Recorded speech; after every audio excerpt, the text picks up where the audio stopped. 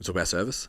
So It's your workshop in Stand Up PT. You're the service man. Under the bus. You're the service Under man. the bus you go, Jace. Look, to be honest, I wrote the guide. So Cool. But I wrote the guide from your content from the Yeah, course. 'cause it's pretty fucking good. So. Not gonna lie. Yeah. Yeah. You're welcome. Well, chat wrote a lot of it. Let's be honest. Not that one.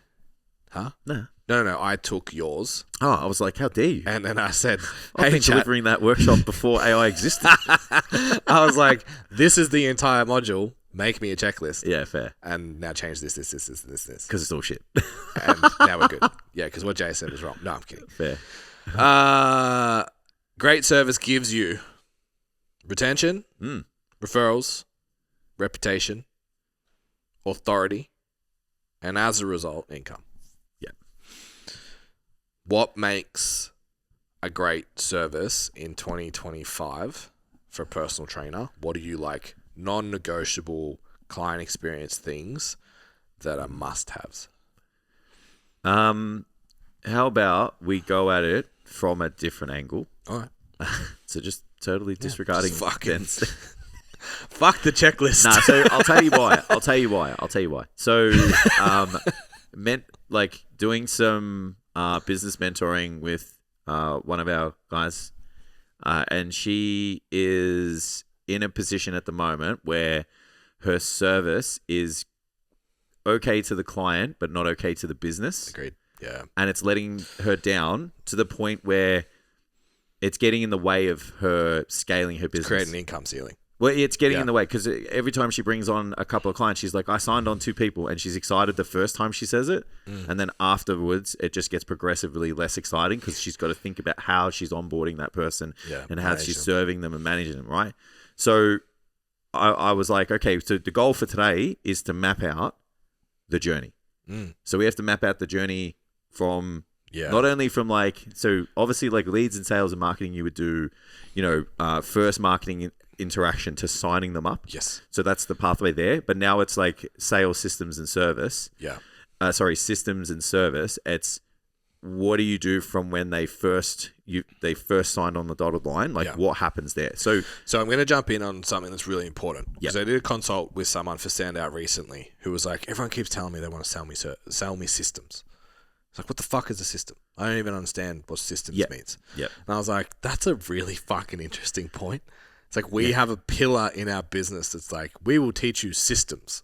Like, what the fuck does that mean? it's a repeatable process. 100%. So the idea and one of the prime outcomes that we try and achieve in our Standout PT program is every single element of your business is repeatable and predictable. Yes. So every single thing that you do, you can do it again. Correct. To the point where I could come and work in your business for 4 weeks and be able to do your job because it's a system. Yeah. Absolutely. Go. So so we mapped out the current procedure. Yeah. Right. So it was like, onboarding, really manual. Programming was ridiculously manual and double handling. Nutrition, even more extensively double handling. And then, the other things involved in it. So I was like, okay, so from a user perspective, this is great. So this is serving the client. However, this isn't serving the business. Yeah. This isn't serving you. So you can't, I'm like, your goal is to double your income. So what you're doing right now, you cannot sustain double this work. Yep. You couldn't put on 4 to 5 clients in a week. Well, you could, but you don't want to. Yeah. Because you'd be fucked. Yeah. One of the coolest moments in Thailand. It's the first night we're at dinner. And it was talking about, so like, why are you here? What the problem are you trying to solve? And I was just like, we just need more lead flow. Like the business is set up mad. And like, we could take, which like obviously, 4 businesses, blah, blah, blah. She's like, oh yeah, that's really cool, blah, blah, blah. She's like, so what's the issue? I'm like, well, we could take 100 new clients tomorrow. We just don't have the lead flow to do it. And she was like, Yeah. the amount of confidence that you just said that with is fucking insane. Yeah. And I'm like, well, we could. It's all built for it. Systems is what we do. Yeah, it's built for it. Yeah. Yeah, so the reason why I say, wanted to say that from the get-go, right, is yes, we want to make sure we serve the client. Yes, we want to make sure we get outcomes and, they're enjoying the experience and all of that. You can do that and run a really, laborious back-end kind of way of doing things that doesn't serve your business. So it has to serve the client and it has to serve the person. Yes. So I've got to put that in the workshop. So from there, then we look at, like, how do we do this simultaneously? How does a client get exceptional outcomes, and how can I do this so that it is repeatable, and I can have, like, what you want to do is, like, think about, like, the greatest week you've ever had and double it. Yep. And then you're like, okay, so I should be able to onboard that many people. Yeah. You know, so the best weeks, like some of us, like we've had in our business, like how many people did we put on January in 1 week? It was 30. like, we did 30 in the month. we did 30 in the month, and like there were couple of weeks where we did like 15 across the business, right? Yeah. Like every single one of those people got a really good experience. It was really repeatable, but it was still really personalized and all of that. And then we were able to sustain that too from our end. So that's probably the first place that we want to go with. And to get there, you got to look at the deliverables. So like I said, it's like, how do you deliver the training component to your service? How do you deliver? So maybe working with like what's in it. Yeah. You know, and what are you actually like giving that person in your offering? So I would outline all of that. It's like what makes up the offer that person's taking you up on. Now, I know that offering is like partly like kind of sales, but it's like it kind of still interweaves, like everything you do in business kind of still interweaves into like other areas. Yeah. So we offer contains your service, right? Absolutely. Yeah. So it's a description of what it is. So you've got to go, well, we would say have like maybe 2 offers, like, because everything else on top of that is just a little bit confusing. So know what the offer is, know what it does, know what the person can expect to get out of it, and what they can expect to get out of it and the outcomes, and then obviously what it's involved in it. Like how do they do the day-to-days? So you'll have like your training, your nutrition, you know, your accountability, your support, your check-ins, all of that. And then you can go in through that and go, all right, so how is this all going to work? Yeah. And then the goal at all times is, like I said, make it work for them, make it work for you, which I don't think a lot of trainers do at the start. They make it work for the client. Yeah. And then they take 100%. a backward step. And then sometimes they just make it work off what they think is good based on who they hang out with. Yeah. And I'm like, sometimes I'm like, where did you make the decision to do this? And then they're just like, oh, I just saw someone else do it and whatever. And I'm just like, oh, I wonder how many clients they've got.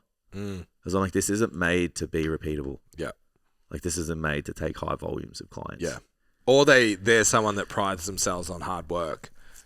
So therefore doing work that is hard is like a badge. Yeah. Where it's like, no.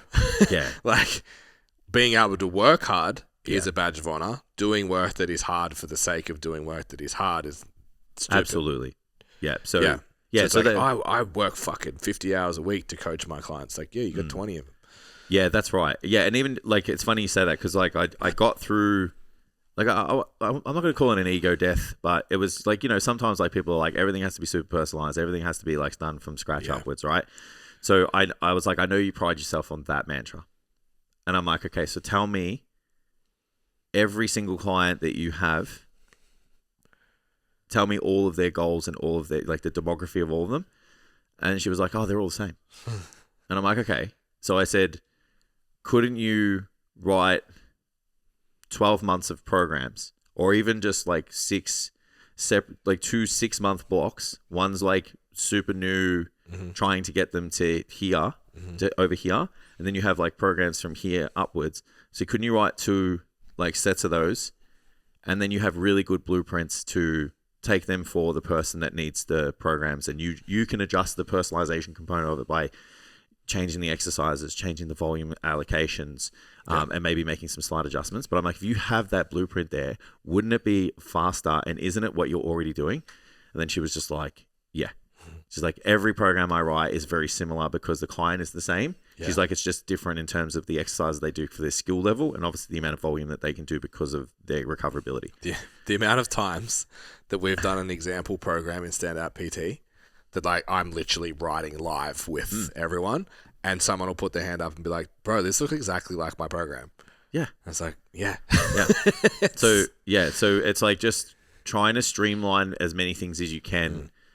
And then but that's not at the like detriment of like the personalized, like the experience of the client. Yeah. Like they're still going to get, I was like, can you get results with every single one of your clients? So we just wrote out like a rough like periodization thing. Cause I was just like, when we started talking about training, I'm like, I'll map it out for you here. So, and she was like, oh, this is so awesome. I haven't thought about it this way. And I'm like, if every single one of your clients did this particular periodization model, Yeah, but they all get results. I said, would they all get results? And I said, and if you adjusted their training exercises and their volume based on what you thought was best for them, would you be delivering them just as good of a service? And she's like, yes. Sold. Yeah. Solved. Could you take on more people now? Yes. Yeah. Right. So I think that they're the lenses you got to look through. Yeah.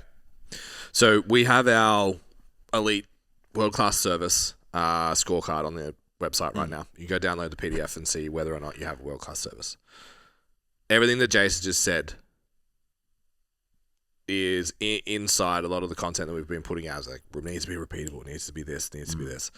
But you need to obviously have a baseline. And I think there are a lot of trainers that are like, I just don't even know what I should offer. And they have 17 different offers and 17 different layers of all the shit. Yeah. And I think what we're seeing now is like, when we were coming up, it was like people competed on price. And I'm sure they still do. Yeah. But we had remember the trainer was like $30 or something? Yeah. Like everyone else in the gym was double that. Yeah, it's joining the race. It's just like, yeah, I'll just less and less and less and less. Like, it's wild. And they have to do double the amount of work. Yeah, so now I think it's this like race to just, with the undeniable offer thing that we talked about in the last episode, people are chasing offering more customization, more in personalization, more me time, more demand to then justify their own value. Yeah. And I think a lot of, like, when I was writing this, I was like, fuck, this is like almost underwhelming.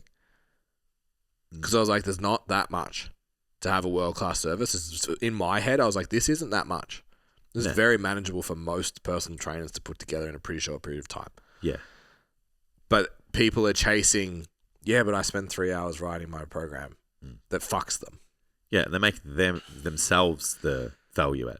Yeah. And the pillar of their service. Like, that's the biggest one. It's like, So one of the big takeaways I had from Thailand was like, and I've been coaching this a lot, is like, I run a business. I'm not the business. Yeah. That's huge. Yeah, which is hard, man. Yeah, especially in PT, man. Especially when you spent 8 years building a brand. Yeah. Like you. Yeah. Driving it. And you sit in this chair every week. Mm-hmm. It's like, you're the face. And then it's like, all of a sudden, you're like, I'm not. Yeah. I run it. Hurts. It's its own entity. I'm not it. Yeah, that's right. Yeah, and like, it's really easy to tie your own identity into your business, especially in PT. There's so many layers to it, like why you became a trainer. Like, of course. Was it validation? Was it like, like what? Yeah. And the marketing strategy you chose to choose too, because it's like, no, like trust, you have to be the face. Yeah. Yeah. Of course. Yeah. But I think people get scared of letting go of it. There's a reason we all get into PT. Yeah. It fulfills a need. What is that need? And then letting go of having. Because I said to someone the other day, I was like, I think I was able to let go of it when I had a son. Yeah. It's like, I don't give a fuck if anyone else likes me anymore. Like, if LJ likes me, I'm cool. Yeah, fair. Whereas, like, before, like, how many PTs do you know that have people-pleasing tendencies?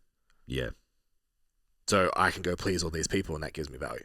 Yeah. So then I'm the business because I need to be pleasing the person to have value. And then, there's 400 other reasons that people get into it. Which is super rough, though, because once you have, like, there's going to be a point where you have to remove yourself for whatever reason. So if your service is based around you being the value add, like, that's a rough road, man. Can't get sick, can't take holidays. Like, the perception of value, like, when you're not there is, like, going down, like, try take a holiday. Yeah, because it's like they're seeing dollar for dollar, right? Like, we always talk about, like, how's the perception of what's the perception of value within your business, and that's based on all of the things that you offer, and then what they're worth, and whether the client sees it that way, and then how much you charge. Yeah. So if yours is like literally 1-to-1, and you're the value add, you remove yourself. Guess what? Your service is not worth anything anymore to that person, so they're not willing to pay for it. Yeah. And then you are able to maintain this identity that you're the business and you're important, so you get that need fulfilled, even though it's fucking your life up. Yeah, well, you're not getting any money coming through. Yeah. Bank's still going to ask for the mortgage every week. Like, bills still have to be paid. So, that's a really common trap to fall into that you want to remove yourself from.